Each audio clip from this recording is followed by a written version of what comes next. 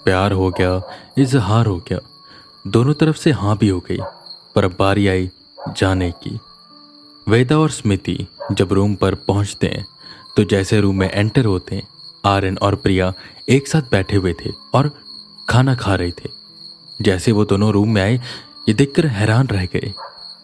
इतनी जल्दी तुम दोनों में सुलह भी हो गई? वेदा ने हैरान होते हुए पूछा, जिस पर हंसकर आर्यन बोला,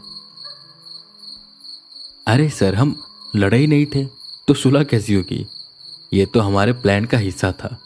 हम आप दोनों को अकेला छोड़ना चाहते थे, अकेले में कुछ समय देना चाहते थे। हमेशा आप हमारे साथ रहते हैं और चाहकर भी खुलकर बातें नहीं कर पाते। हमने सोचा लड़कर चले जाएंगे, आप दोनों अकेले हो जाएंगे तो बाकी चीज़ें तो आप हैंडल कर ही लोगे। और देखकर मुझे लग भी रहा है सब कुछ स्मूथ रहा। इफ़ यस तो पार्टी होनी चाहिए बड़ी, केक कटना चाहिए खुशी से। और अगर ना तो पार्टी हम आपको देते हैं दुख की। बताइए ना सर, कैसा रहा सब कुछ? जिस पर स्मृति हल्का सा शर्माती है और वॉशरूम में चली जाती है और वेदा मुस्कुराकर बोलते हैं, सब कुछ सही रहा। पर खैर, ये सब बातें होती रहेंगी। हम शादी करेंगे पर तब जब मैं संजय को हरा दूंगा सब कुछ सही हो जाएगा। इसलिए पहला जरूरी मुद्दा होना चाहिए हमारा संजय को हराना। आर्यन, तुम अपने कौन से इक्विपमेंट लेकर आए हो, बताओ मुझे। जिस पर आर्यन अपना बैग निकालता है जिसमें वो सब सामान रखा हुआ था और अपने एक एक इक्विपमेंट्स, एक एक वेपन्स निकालना शुरू कर देता है। ये रहे सर वो वेपन्स और इक्विपमेंट्स। आपको तो बस इक्विपमेंट्स का पता होगा, वेपन्स का नहीं। और आप सोच रहे होगे कि वेपन्स मुझे कहाँ से मिले। याद है जब आप संदीप के साथ अंदर लड़ रहे थे स्मृति के घर में और हम अंदर नहीं आ पा रहे थे, यानी कि मैं और वो अंगद और WWH के प्रेसिडेंट, वाइस प्रेसिडेंट, हम सब बाहर खड़े होकर यहाँ वहाँ की बातें कर रहे थे। तब बातों ही बातों में मैंने प्रेसिडेंट से ये बात बताई, मतलब संजय से लड़ने की। उन्हें तो सब कुछ पता ही था। मैंने उन्हें बताया कि कैसे मैं इक्विपमेंट्स वगैरह लेकर आया हूँ, ये चीज़ें। तो उन्होंने मुझे पता क्या कहा, उनके पास बेटर हथियार है जो कि संजय से लड़ने के लिए काफ़ी मदद कर सकते हैं। देखिए सर, वहाँ पर भूत वगैरह तो होंगे नहीं कि हमें देखना पड़ेगा कहाँ पर छुपा हुआ है। वहाँ पर तो असुर है ना, जो कि बहुत ही पावरफुल होते हैं एंड उनके लिए तो हाई एंड वेपन चाहिए। तो प्रेसिडेंट ने मुझे कूल वेपन्स दिए हैं, जैसे कि सबसे पहले ये। इतना बोलकर एक ब्लैक रैपर में पैक आयरन वेपन निकालता है। ये वेपन किसी बड़े गन की तरह लग रहा था पर कुछ अलग। ये है sir volt golf. By the way, मैंने इनके नाम रखे हैं। इसकी खासियत ये है, ये आपको गन की तरह लग रही होगी पर ये बिजली का वार करती है, like stun gun but advance. ये इतनी पावरफुल है कि कुछ देर के लिए संजय को रोक सकती है और उसकी शील्ड को पूरी तरह से तोड़ सकती है। ये बहुत ही पावरफुल है सर। ये देख सबके होश उड़े। वेदा को वो बंदूक से पकड़ा आर्यन अपना दूसरा वेपन निकालता है। ये वेपन ज्यादा बड़ा नहीं था बल्कि चश्मे की तरह लग रहा था। उसे दिखाते हुए आर्यन बोला, सर ये है स्कैन आई। नाम से तो आपको पता चल रहा होगा कि कुछ स्कैन करती होगी, बट हाँ कुछ ऐसे ही कह सकते हैं।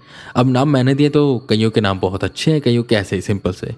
हाँ, नाम पर मत जाइएगा, नाम थोड़ा सा आपको लग रहा होगा हल्का, बट ये बहुत काम की चीज़ है।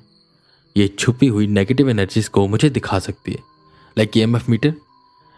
उसे यूज़ करने के बाद भी हमें एक्यूरेट पता नहीं चलता था कि वो आत्मा कहाँ पर है, कैसे, बट इसको लगाने के बाद बिल्कुल दिखाई देगा मुझे कि वो वहाँ पर छुपी है, वहाँ पर छुपी है और वो नेगेटिव एनर्जी वहाँ पर है, तो मैं आपकी काफ़ी मदद कर पाऊंगा। वेदा काफ़ी इंप्रेस हुए और सोचने लगे कि अब आर्यन भी शायद उनकी तरह नेगेटिव एनर्जीज को देख पाएगा, पर अच्छे से नहीं जैसे वेदा देख पाते हैं। वेदा को तो पूरी छवि नजर आती है पर शायद आर्यन को उतना क्लियर नजर नहीं आएगा। बस यही पता चलेगा कि वो बुरी आइडेंटिटी कहाँ पर है।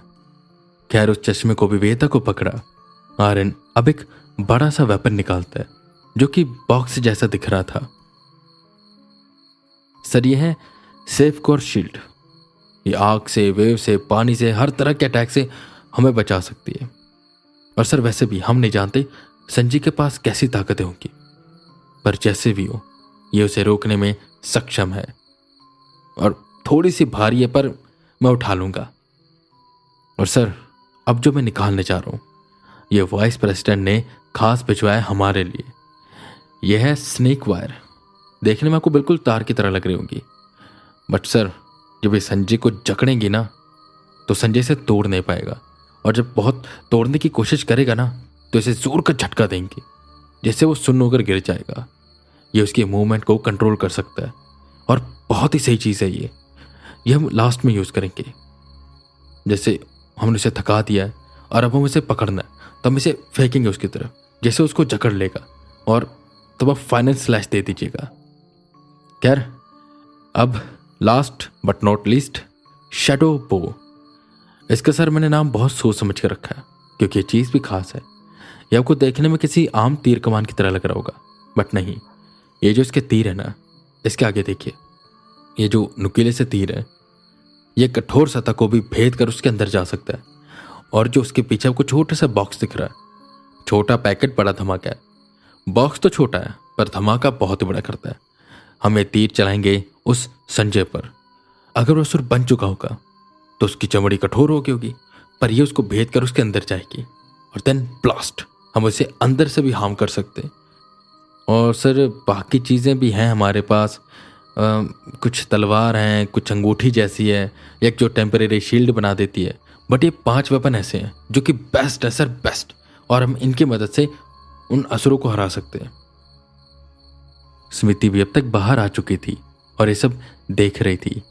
तभी उसकी नजर एक पेंडेंट पर पड़ती है जो कि ब्लू रंग का था और बहुत ही सुंदर लग रहा था। आर्यन ये क्या है? बहुत ही सुंदर है, स्मृति ने उसकी ओर इशारा करते हुए कहा, जिस पर आर्यन उसे बैग से निकालता है और कहता है, ये पता नहीं क्या है, प्रेसिडेंट ने बताया था बहुत ताकत और डिफेंस है, बट मुझे कुछ ज़्यादा खास नहीं लग रहा। ऐसे ही पेंडेंट सही है, देखने में सिंपल सा, मैंने इसका नाम भी नहीं कोई रखा। अगर आपको चाहिए आप ले लो, वैसे भी काम करनी है किसी है। आर्यन ने वो स्मृति को दे दिया, जिस पर स्मृति पहले तो मना करती है, पर आर्यन के इतना कहने पर वो उसे ले लेती है और पहन भी लेती है। यह सब देखने के बाद वे तक खड़े होते हैं और कहते हैं, आर्यन हथियार तो काफ़ी सही है और मुझे लगता है हम अब रेडी हैं उसे हराने के लिए। वैसे भी उसके साथ 1-2 और असुर हैं जिससे मुझे लगता है कि ये तुम्हारे वेपन निपटा देंगे। बाकी संजय के लिए तो मुझे अपने सीक्रेट हथियार को निकालना पड़ेगा। मेरा सीक्रेट वेपन वही खास तलवार जो कि बिजली से बना है, कोई आम बिजली नहीं, आसमान की बिजली, कड़कती हुई बिजली, उसकी ताकत है उसके अंदर। ये सब सुन स्मृति काफी एक्साइटेड हो रही थी। वो बोली, सच में? तब तो जब ये लड़ाई होगी तो बिल्कुल किसी मूवी की तरह लगेगा और मैं इसे देखने के लिए वेट नहीं कर सकती। जिस पर वेदा स्मृति की इस खुशी को दुख में बदलते हुए कहते हैं, स्मृति तुम हमारे साथ नहीं जा रही हो, तुम यहीं रुकोगी इस होटल में, नहीं तो तुम अपनी पीजी जा सकती हो। ऐसे जगहों पर तुमको ले जाना सेफ नहीं है। आर्यन के पास तो वेपन है, प्रिया के पास चुड़ैलों की रानी की शक्ति है और मैं भी खुद का बचाव कर सकता हूँ। हम नहीं जानते वहां पर कैसा खतरा होगा और तुम्हारी जान वहां पर खतरे में आ जाएगी, इसलिए तुम हमारे साथ मत आओ। जिस पर स्मृति गुस्से हो गई और बोली, बस मैंने यही कहा था ना कि मैं आपके लायक नहीं हूं, मेरे पास कोई भी शक्तियां नहीं है, आपके पास है, आप तीनों के पास है, कुछ ना कुछ तो है। आपने कहा आपको फर्क नहीं पड़ता मेरे पास शक्तियां हैं कि नहीं है, पर देख लीजिए ना, मेरे पास ताकतें नहीं है, इसलिए आप मुझे अपने साथ लेकर नहीं जा रहे। आज संजय है, कल को कोई और होगा, ऐसे तो बाहर ही रहेंगे, मैं आपका इंतजार करती रहूंगी। ये तो कुछ बात नहीं हुई ना।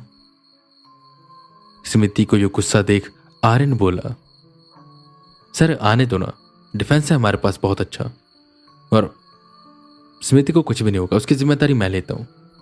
बस स्मृति तुम मेरे साइड बाय साइड रहना, मैं तुम्हें बचाता रहूंगा और साथ ही साथ उन असुरों पर हमला भी करता रहूंगा। सर चलने दीजिए ना। स्मृति आशा भरी नजर से वेदा को देखने लगी, जिस पर वेदा हामी भरते हैं और अब बारी थी यहाँ से रवाना होने की और जाने की अंडोमान निकोबार संजय से आखिरी युद्ध करने के लिए।